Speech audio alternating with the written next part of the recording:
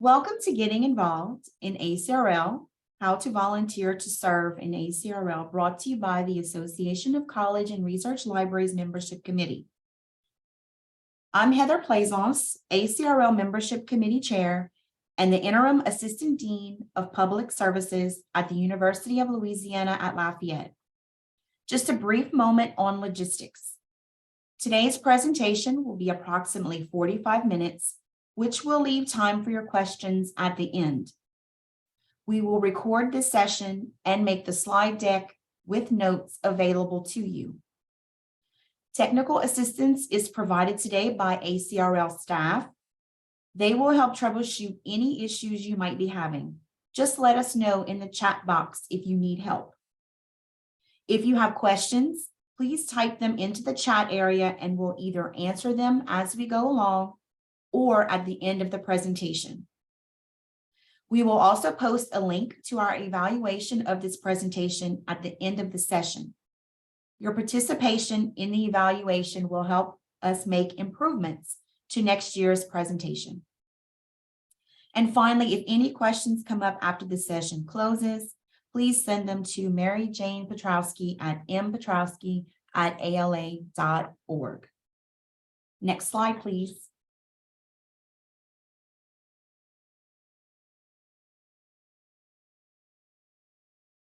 Today's session is intended to make the ACRL appointment process more transparent to both new ACRL members and anyone who would like to become more involved in ACRL.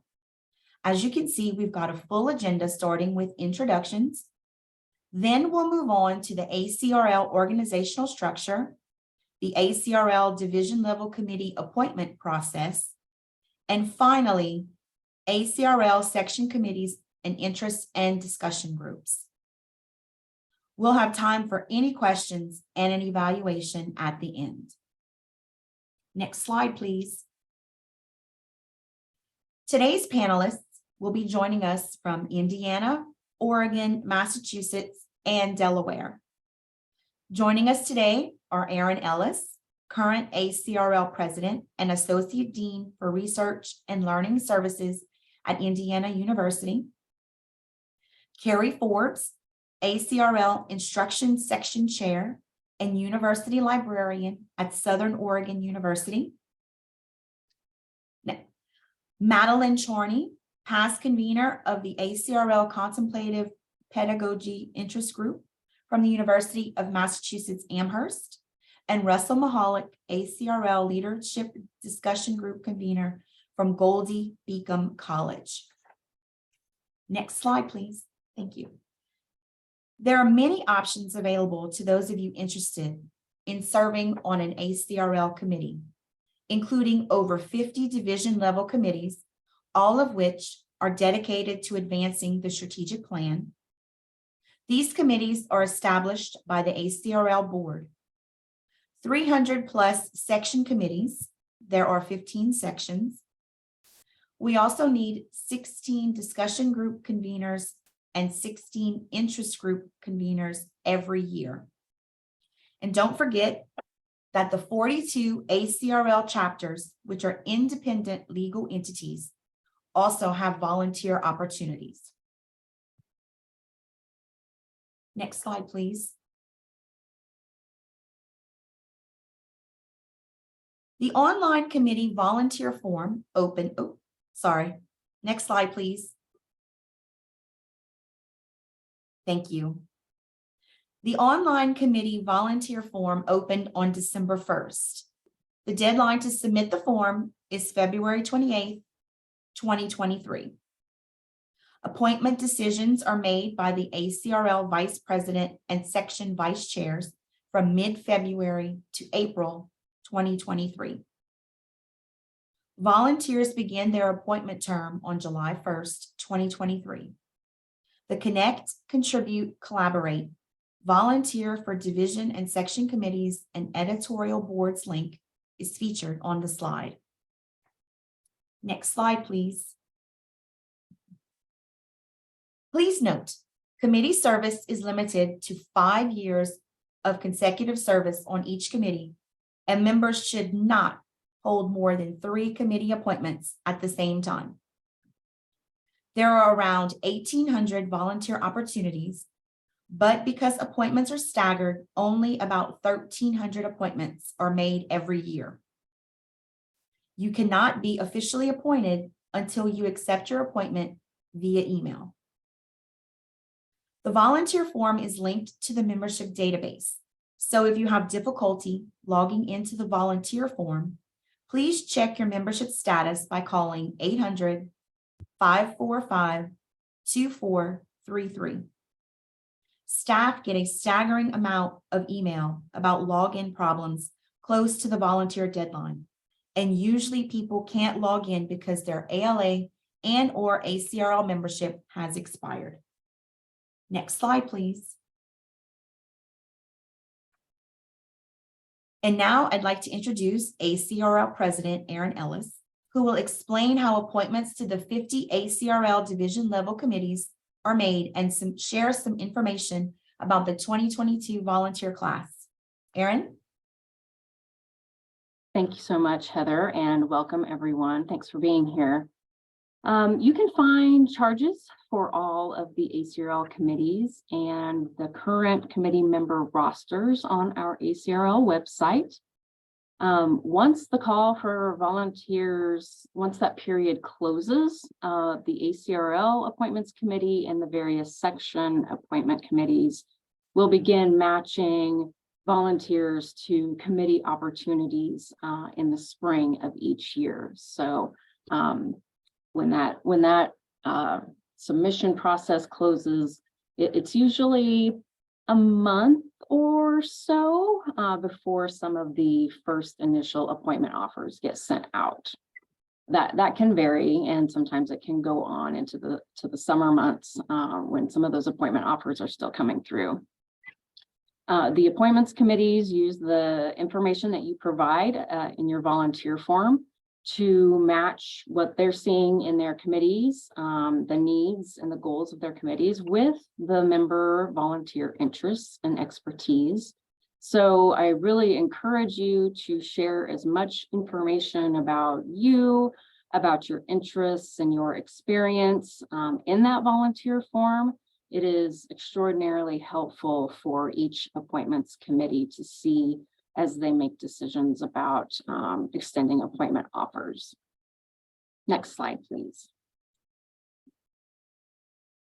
In 2018, is that someone talking? Sorry. In 2018, the ACRL board approved the core commitment to equity, diversity, and inclusion.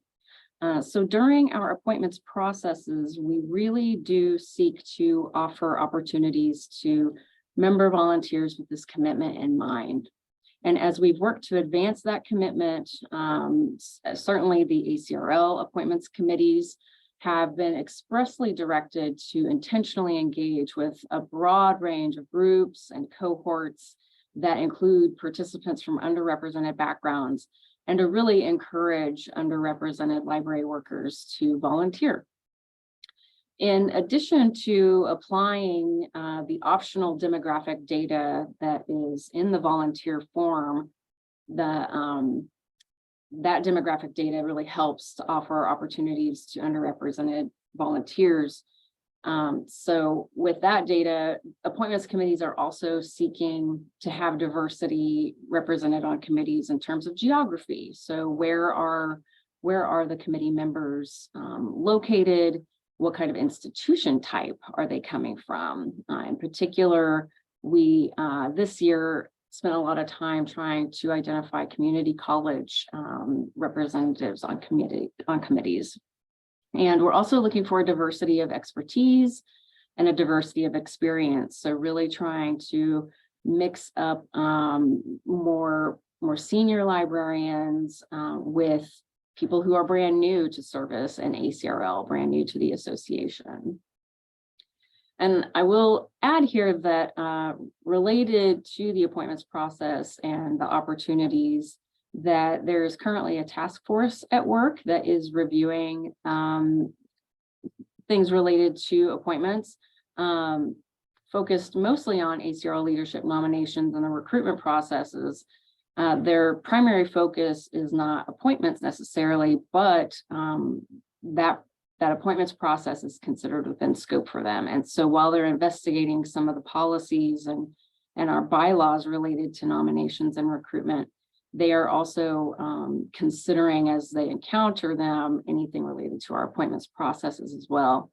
And the hope is that this helps us expand the dimensions of diversity across our committees in the leadership pipeline, and to reduce barriers to participation by underrepresented individuals. Next slide, please. So here's a bunch of numbers for you. The number of available committee vacancies does vary year to year, and that can depend on a few things, but often it is due to the number of current committee members, so those who are already serving on committees, whether they are reappointed or not. And so if there are people being reappointed as existing members, then a vacancy doesn't necessarily open up that year.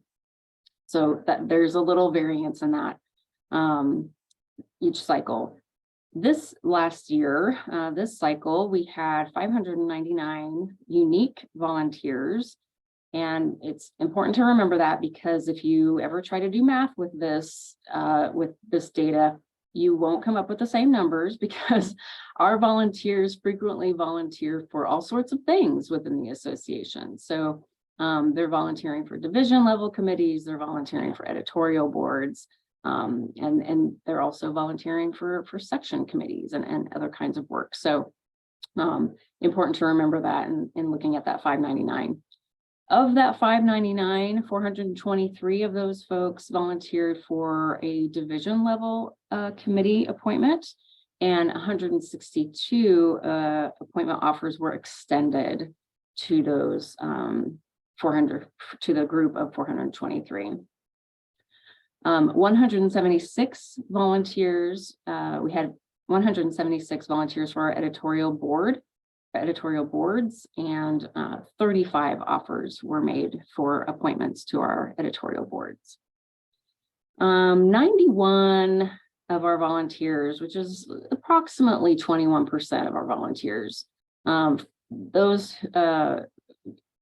91 of the 423 volunteers were not appointed to either a division level or a division level committee or an editorial board. So you're not guaranteed an appointment, but we strongly encourage everyone that if you didn't get an appointment this year, to keep volunteering. Opportunities arise. As I said, the vacancies vary from year to year.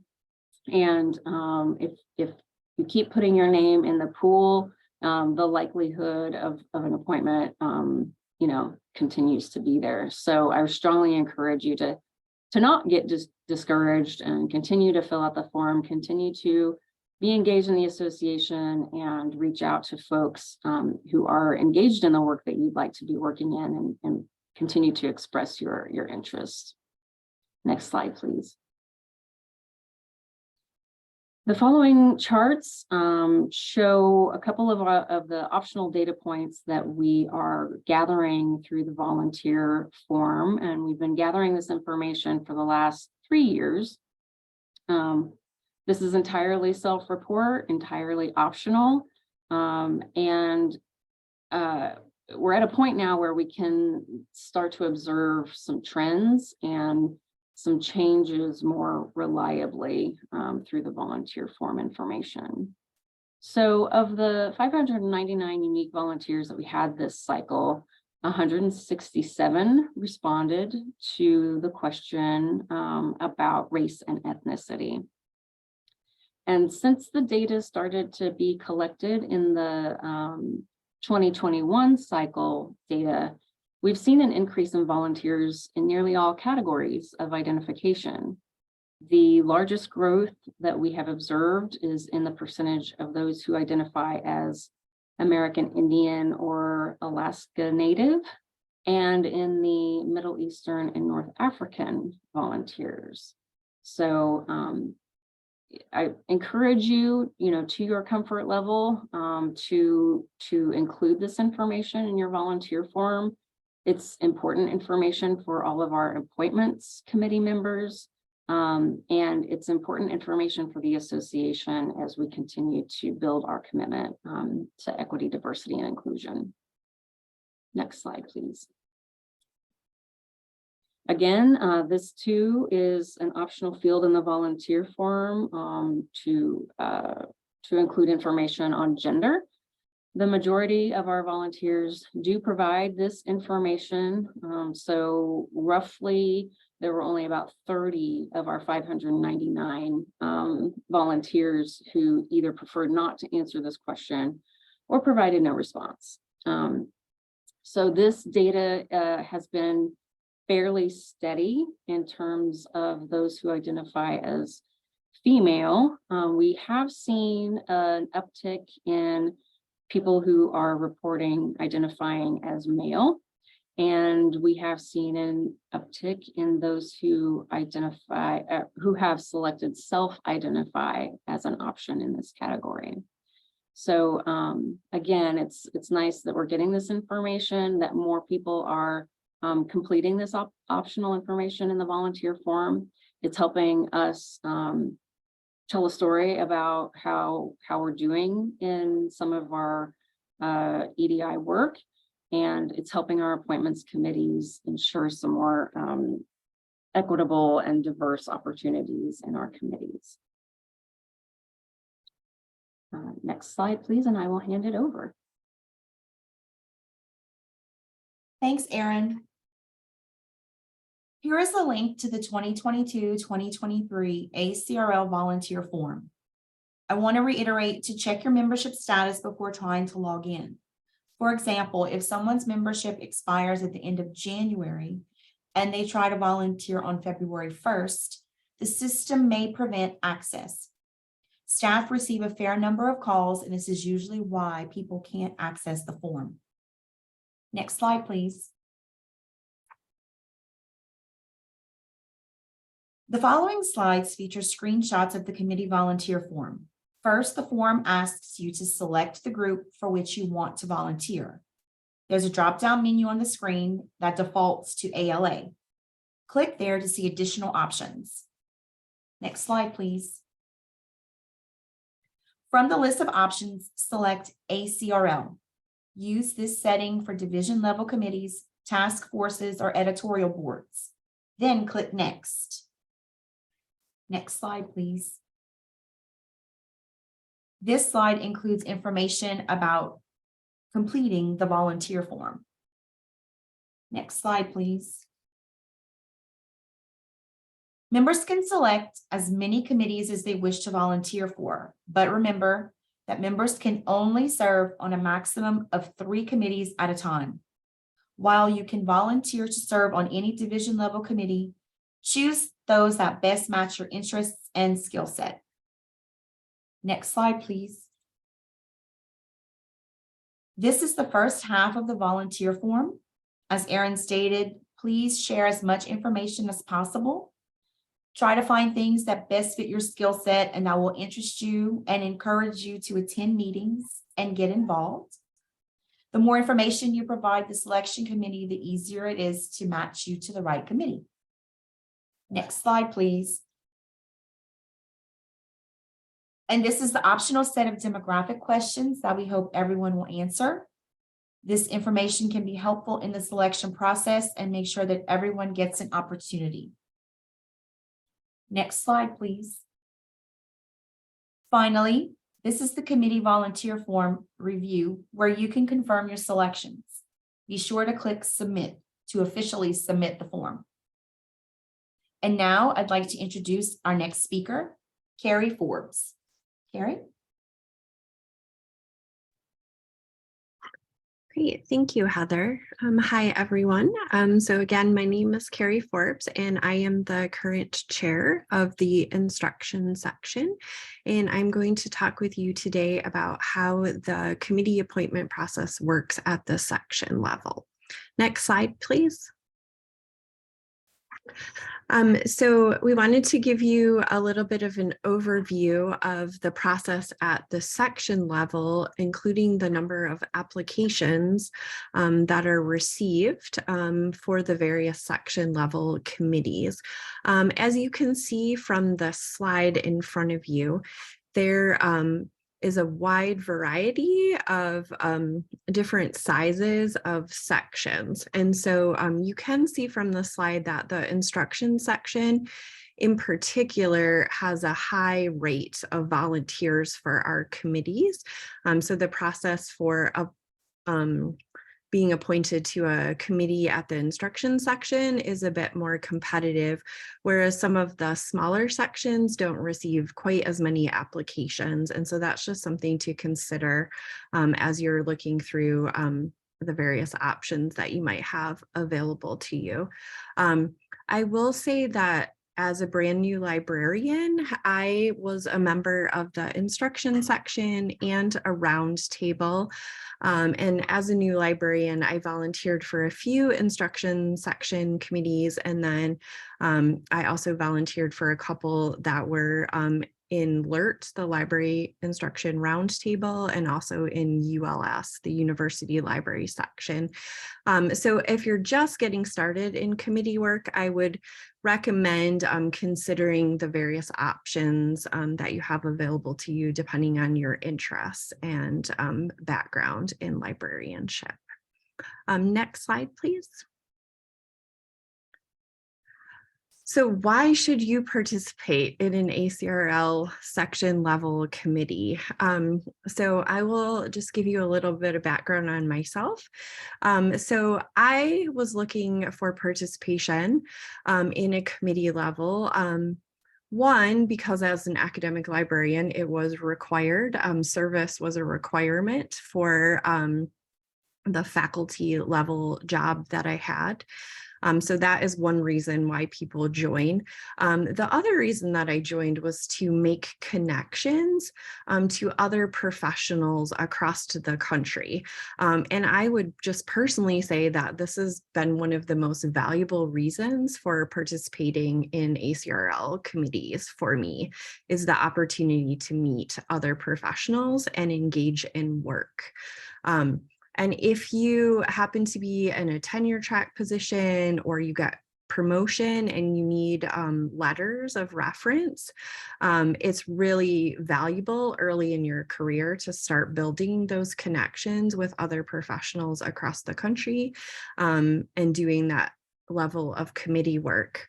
It's also incredibly helpful within the instruction section in particular. We do a lot of work with the best practices on instructional pedagogy and various areas like that. And so you also are learning a lot of information that you can put to use in your daily work as a librarian, which is incredibly valuable to get those perspectives from others. And you will work with people, as Erin was talking about earlier, from a wide variety of institutional types, whether they're at community colleges or big R1 schools. And so you have a high level of expertise on your committees that you can draw from. And then lastly, ACRL does some incredibly valuable work contributing to the research and the best practices of the profession as a whole. And so if you're looking to do research and contribute to standards and various things like that, this is your gateway to do something that's beyond just your university or community college work, is to contribute to the larger profession. Next slide, please. This is the slide where all of the volunteer sections are listed. So sections, there's a lot of acronyms in ACRL. So if you're not familiar with all of them, they're listed on here. So you can see all the different interest areas that the sections have available.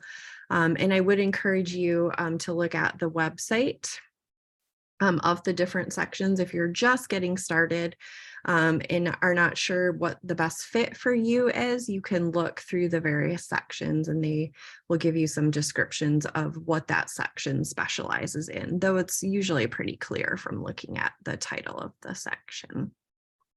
Next slide, please. So for volunteer opportunities, you can be a committee or task force member or chair, a discussion group convener, or an interest group convener. Next slide, please. The requirements and expectations of committee members. So you do need to be a member of ALA and ACRL, and then also a member of the section. And I know that I have had a few people email me recently who didn't check mark the correct things when they were filling out their membership form. So when you fill out the membership form and you check ALA and ACRL, you'll then have the option under ACRL to join a section or the other various areas. So make sure that you check the correct ones that you want to be a member of. Because if you're a member of ACRL, but you didn't become a member of the instruction section, you won't be eligible to be appointed to an instruction section committee, for example. And they can always help you at ALA amend your membership form if you have any issues. You also need to attend meetings. The vast majority of those meetings are virtual meetings, and the number of meetings throughout the year varies considerably depending on the type of work the committee is doing. You need to participate fully in the work of the committee. A lot of that work will be asynchronous. And again, how much work can vary based on the particular work that the committee is doing. And then you also need to respond to the communications from the committee chairs and the other members. A lot of the work of the committees of the various ACRL sections is done asynchronously through ALA Connect. And so you need to make sure that you are receiving those emails and that you respond promptly. Next slide, please. So as I mentioned earlier, most committees do their work virtually, and there is normally no conference attendance requirement for committees, except for a few committees such as the Program Planning Committee that puts on the conference program, executive committees, and also a local arrangements committee. I will also add that there are some sections within ACRL that are completely virtual. The instruction section is one of those sections. So the instruction section is completely virtual. So there is no conference attendance required for any committees for the instruction section. If you have questions about that for the section that you're interested in, I would recommend reaching out to the chair or the vice chair of the section. Next slide, please. Thank you. So this is that example of the volunteer form that you'll fill out. So again, make sure you select ACRL, and then you'll see the various list of sections. And you need to if you're volunteering for committees on different sections, you need to go back and select each different section that you want to volunteer for. So if you were going to do the instruction section first, you would pick IS. That's the abbreviation for the instruction section. Next slide, please. And then after you select the section that you're interested in volunteering for, you will get the list of committees.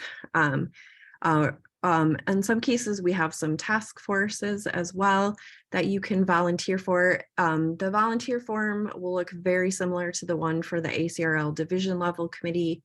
You just mark the ones that you're interested in volunteering for. And next slide, please.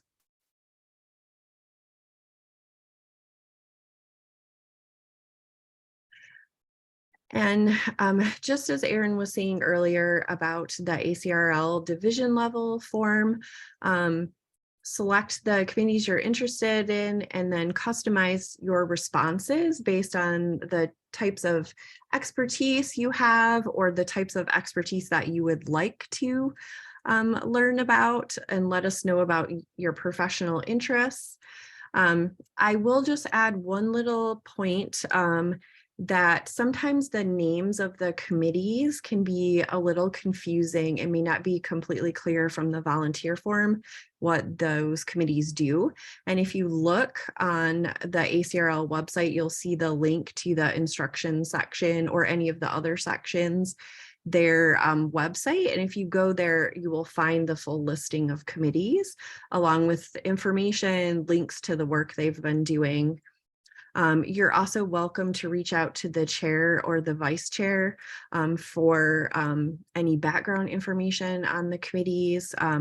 For example, if you were to reach out to me in the instruction section, I would probably give you some background on, there are certain committees within the instruction section that get a high volume of volunteers, so many volunteers that we cannot possibly appoint all of the people that volunteered for that committee.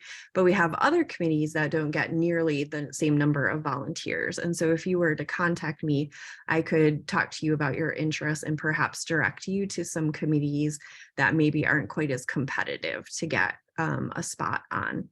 And then as always, please keep volunteering.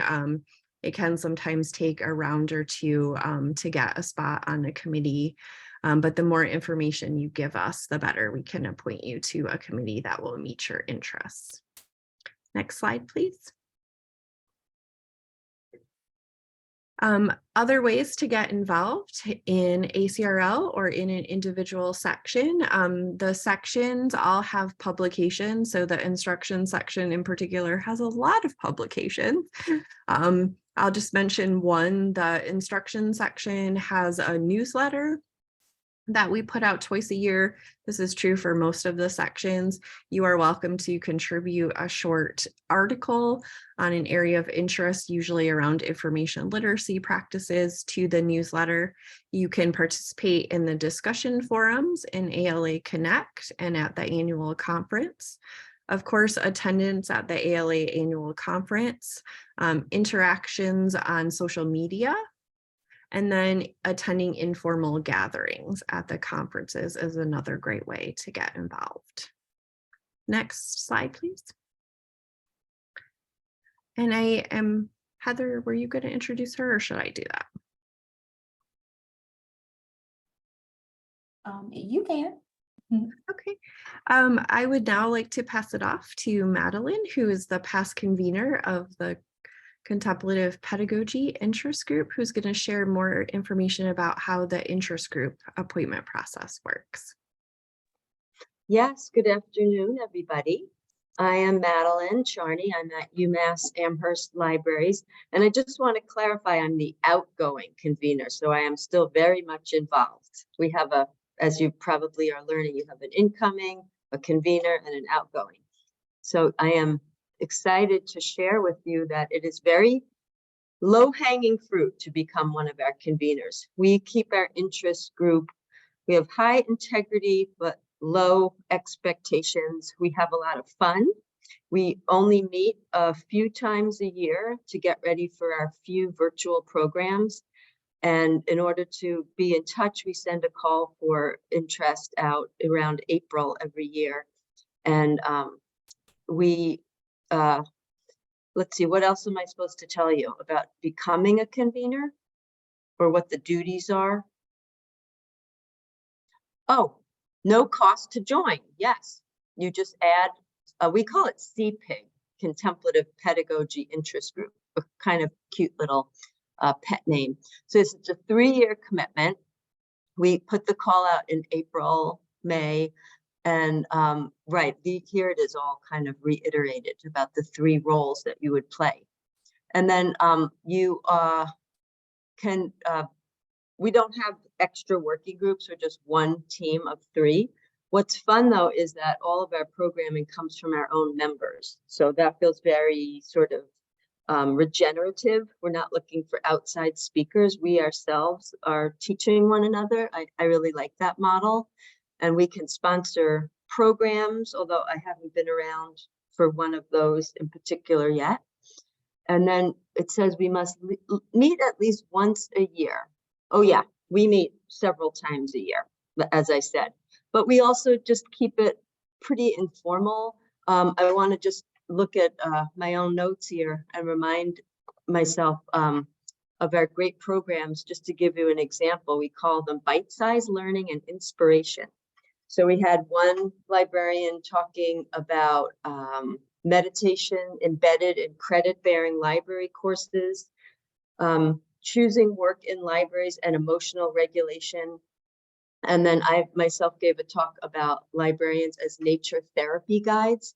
So I'm just going to say a little more about what the responsibilities are. So if you were to be a convener, you bring us together in the meetings, you set the agenda and send minutes to ACRL.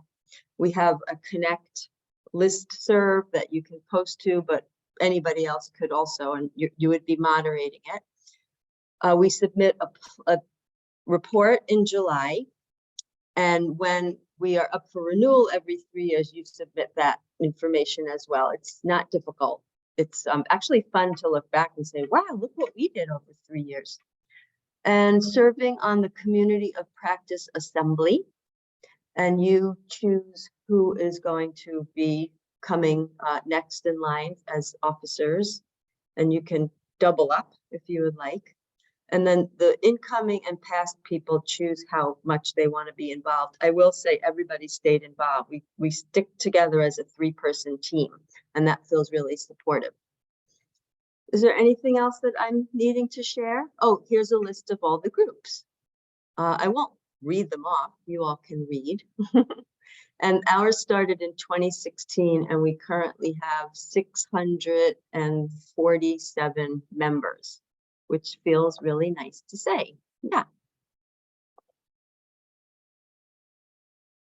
I'll let you just read. Oh, and here comes Russell. Hi, everyone. My name is Rusty Mahalik. I'm the library director at Goldie Beacon College, and we're going to talk about the ACRL discussion groups. Next slide, please. ACRL discussion groups are an informal, flexible way to discuss current issues facing the profession. And I'll talk a little bit about how I became involved in the ACRL leadership discussion group. I actually attended a leadership discussion group held by Ray Pun back at ALA in Washington, D.C. several years ago.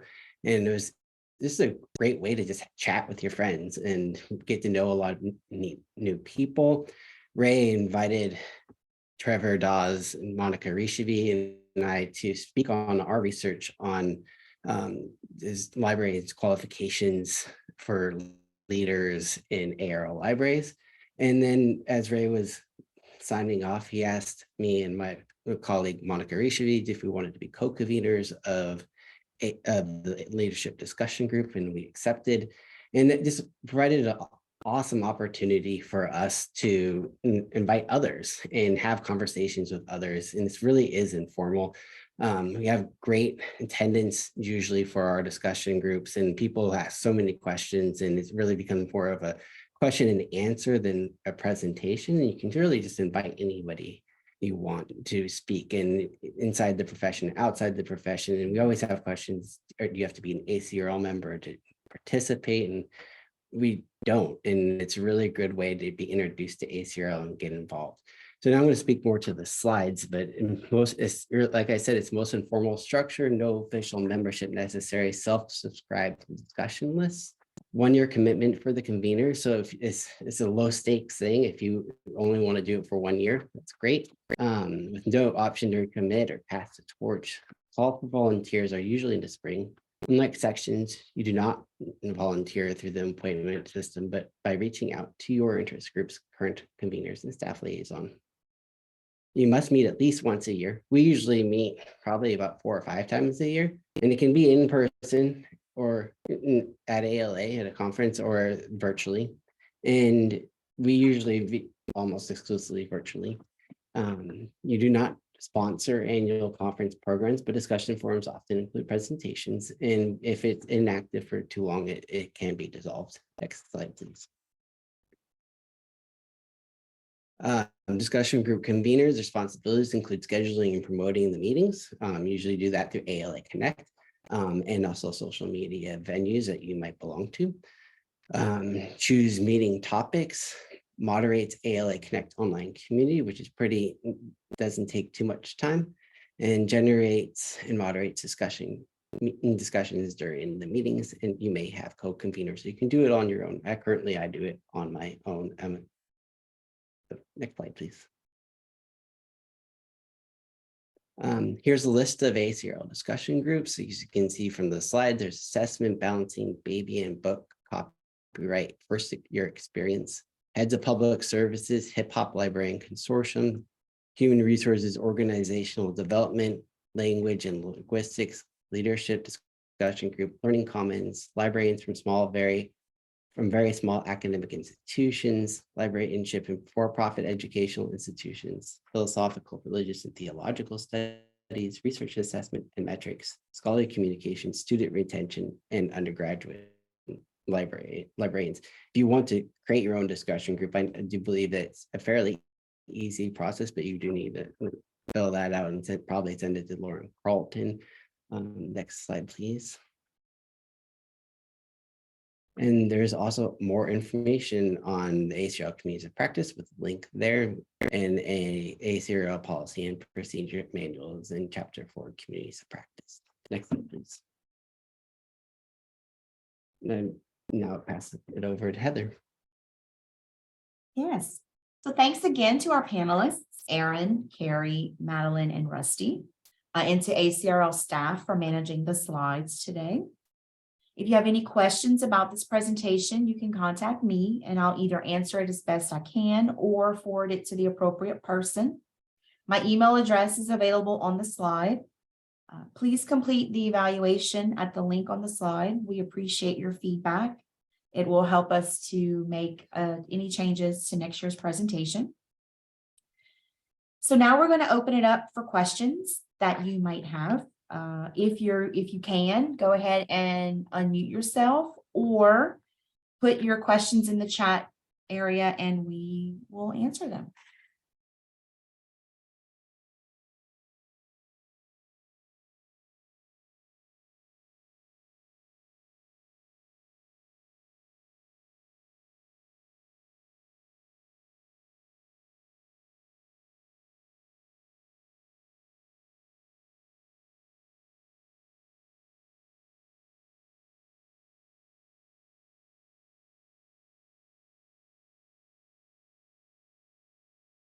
So far, no questions. Do any of the panelists have any?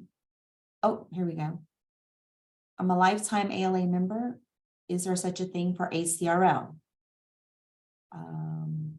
Eloise, could you answer that? ALA does have lifetime memberships. Let me see if I can find the link to put in the chat for more information about that. Thank you. And thank you, Mary Jane, for your response. No, at this time, ACRL does not have a lifetime member.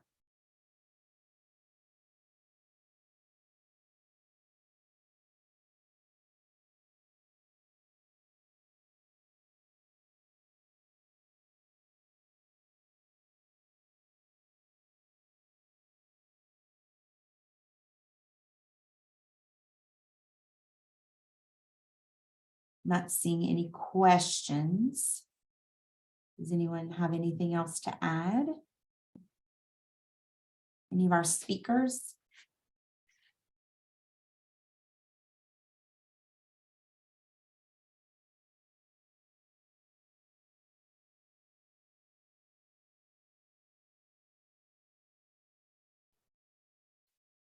Hi, this is Carrie. I can add one other additional bit of information. One other thing to consider as you're volunteering is there are a couple of options that you can add to the form if you're interested in being a chair. of a committee, and also if you're interested in any future appointments. And so if you're feeling open to other possibilities in the future, I would recommend that you mark those options. We do from time to time have people who resign from a committee that they're on, or we start a new task force and we are looking for members to join that are sort of off cycle, and we'll go back to the volunteer form to look for those.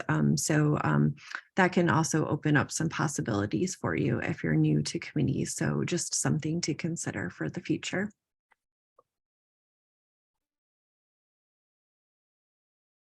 Thank you.